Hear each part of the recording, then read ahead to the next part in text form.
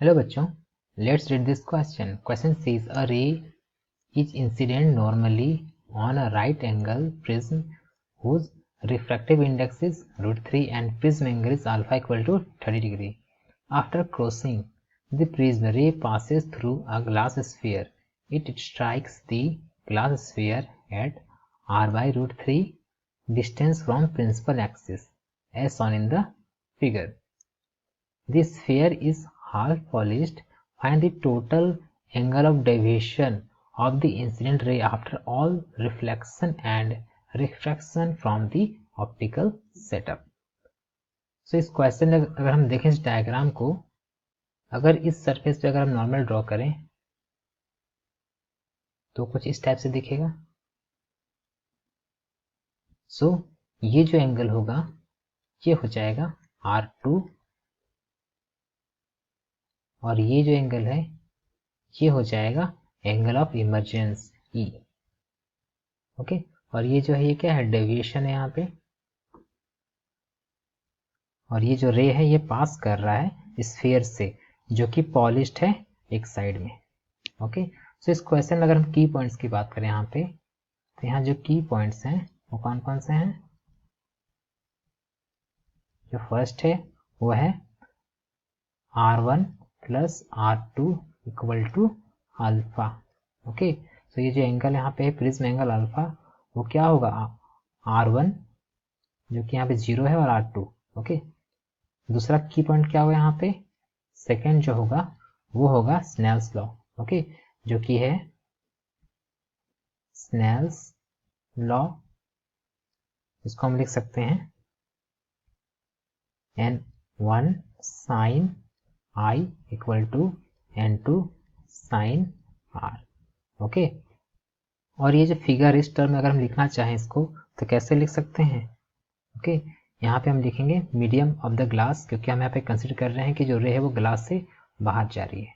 तो यहाँ पे हम क्या लिखेंगे, जो ग्लास का होगा रिफ्रैक्टिव इंडेक्स तो हो जाएगा √3 साइन, और यहाँ पे क्योंकि ये बाहर जा रही है तो यहाँ पे R2 एंगल हम लेंगे यहाँ पे.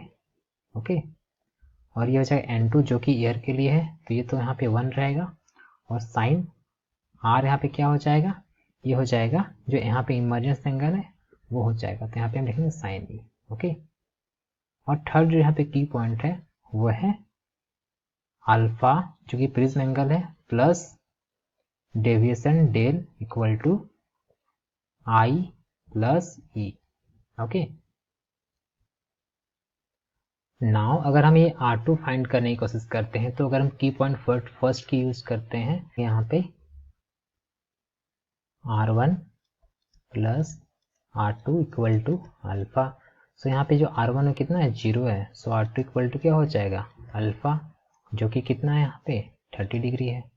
सो ये हमारा कितना एंगल हो गया R2, ये हो गया 30 डिग्री. ओके, अब हम क्या करते हैं, यहाँ पे जो इक्वेशन लिखा हुआ है स्नेल्स लॉ वाला, उसके हेल्प से हम फाइंड आउट करेंगे एंगल ऑफ इमर्जेंस. सो हम यहाँ पे लिख सकते हैं सेकेंड की पॉइंट्स के हेल्प से √3 साइन R2, और R2 कितना है यहाँ पे, ये है 30 degree equal to sine E. Okay, और हम यहाँ से लिख सकते हैं साइन E इक्वल टू √3, और साइन 30 कितना होता है, हाफ होता है, तो हम यहाँ लिख सकते हैं √3/2. ओके, सो यहाँ से जो E आएगा वो कितना डिग्री आ जाएगा, वो आ जाएगा 60 डिग्री. ओके, सो ये कितना है 60 डिग्री है. ओके, अब हम क्या करें, यहाँ पे जो डेविएशन है इसको फाइंड आउट करने की कोशिश करते हैं.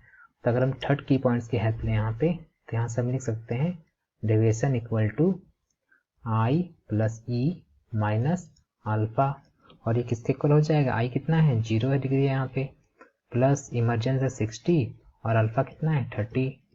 सो यहाँ से जो डेविएशन हो रहा है वो कितना हो रहा है 30 डिग्री हो रहा है. सो ये एंगल कितना है यहाँ पे 30 डिग्री हो रहा है. अब अगर हम यहाँ पे एक पैरेलल खींचें इस तरह से, ओके, इस तरह से एक पैरेलल खींचते हैं, तो क्योंकि ये जो डेविएशन है 30 डिग्री है तो ये जो एंगल है ये क्या होगा, ये भी 30 डिग्री हो जाएगा.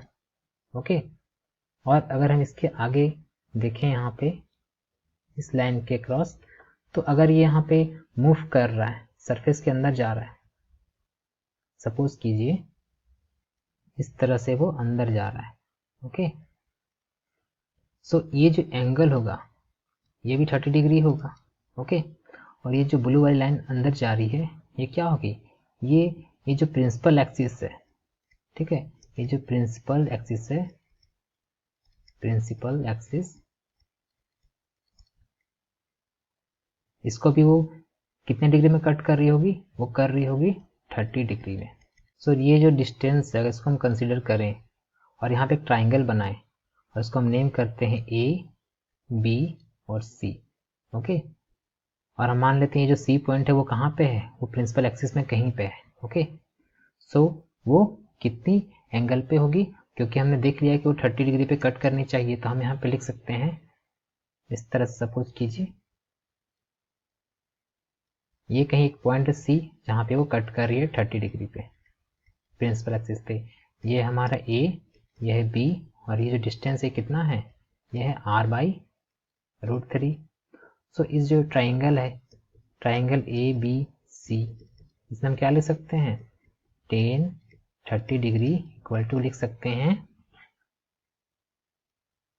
r√3 होल डिवाइड बाई, अगर इसको इस डिस्टेंस को BC को अगर हम b माने, स्मॉल b, तो यहाँ लिख सकते हैं स्मॉल b।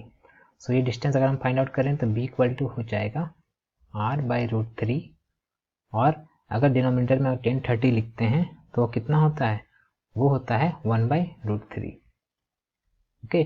सो यहाँ से जो b की वैल्यू आ जाएगी, कितनी आ जाएगी, r आ जाएगी, जो कि रेडियस है ऑफ दिस स्फीयर, ओके।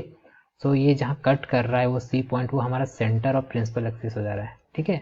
यहाँ पे वो कट कर रहा है, ये जो डिस्टेंस है कितना है, r है, ओके।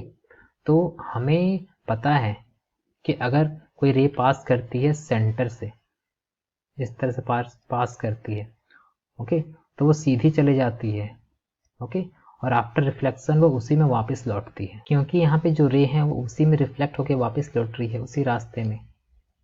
सो वो किस तरह से जाएगी वापस, वो उसी रास्ते में होके जाएगी, और वो प्रिज्म के बाहर भी उसी डायरेक्शन से बाहर निकलेगी, ओके। सो अगर हम यहाँ पे देखें डेविएशन कितना हो रहा है, तो पहले तो रे इस तरह से आ रही थी और अभी वो इस तरह से वापस जा रही है, तो यहाँ जो टोटल एंगल वो कितना है, टोटल डेविएशन कितना दिख रहा है, यहाँ पे दिख रहा है 180 डिग्री, ओके। सो हम यहाँ पे लिखेंगे total angle of deviation is equal to 180 degree. So total angle of deviation is 180 degree. I hope you understood well. Best of luck.